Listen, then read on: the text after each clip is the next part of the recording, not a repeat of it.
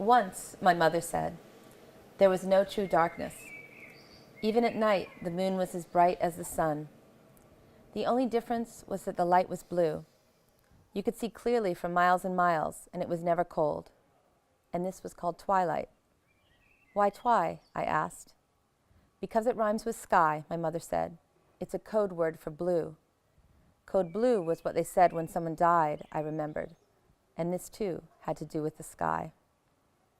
One day, God called the bat to him and gave him a basket to carry to the moon. The basket was filled with darkness, but God didn't tell him what it was. Instead, he said, "Take this to the moon. I'll explain everything when you return." So the bat set off for the moon with the basket on his back. He flew toward the sky, but the moon saw him and hid behind a cloud. The bat grew tired and stopped for a rest. He put down the basket and went off to find something to eat.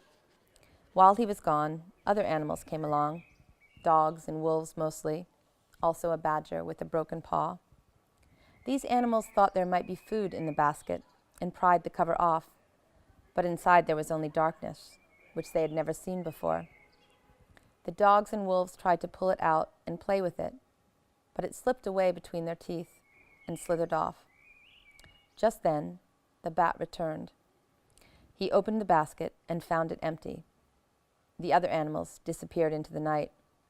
The bat flew off to try to recapture the darkness. He could see it everywhere, but he couldn't fit it back inside his basket, no matter how he tried. And that is why the bat sleeps all day and flies all night. He's still trying to catch the dark. Which part of the story was the part about Africa? I wanted to know.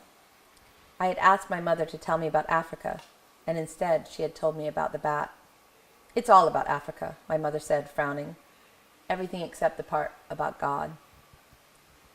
When my mother was very young, she lived in Tanzania and studied birds. It was there that she met my father. He had come to Africa to set up a fishery, and she had taught him some Swahili, and that was that. Before you were born, I met him, my mother said.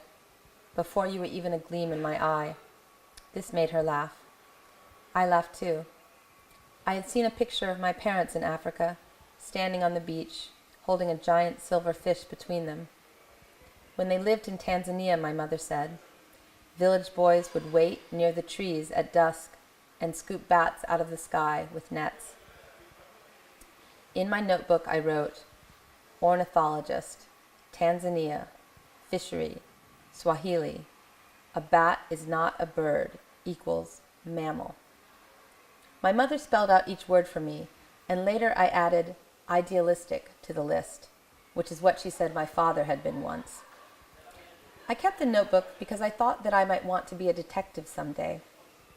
I wrote down everything I heard, and when the pages started to fall out, I stuck them back inside with glue. I had an idea that someday someone would come to me with a mystery, and I would open up the notebook and all the clues would already be there. My mother told me that another name for detective was PI, and that this was the word for a number that no one could ever finish writing. I said, what if you wrote all day and all night and never slept for 100 years? Even then, my mother said, you wouldn't be done. About the bat, I wanted to know, why was the darkness in a basket? Why did the moon hide from the bat? How did the badger hurt his paw? What did bats eat? Where did the darkness run? What happened to the dogs and wolves that started everything? Bats eat fruit and insects mostly, my mother said. The darkness ran everywhere at once. Do bats eat people? No, she said, but there's a kind in South America that drinks the blood of sleeping things. Sometimes they bite people without even waking them, because their touch is as light as a kiss.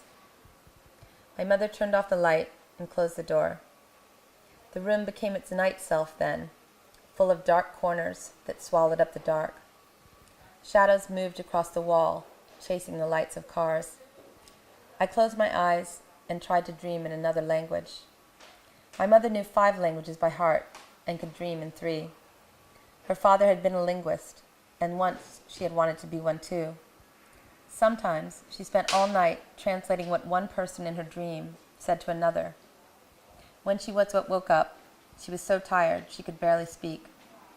That was why she slept all day and wandered around the house at night.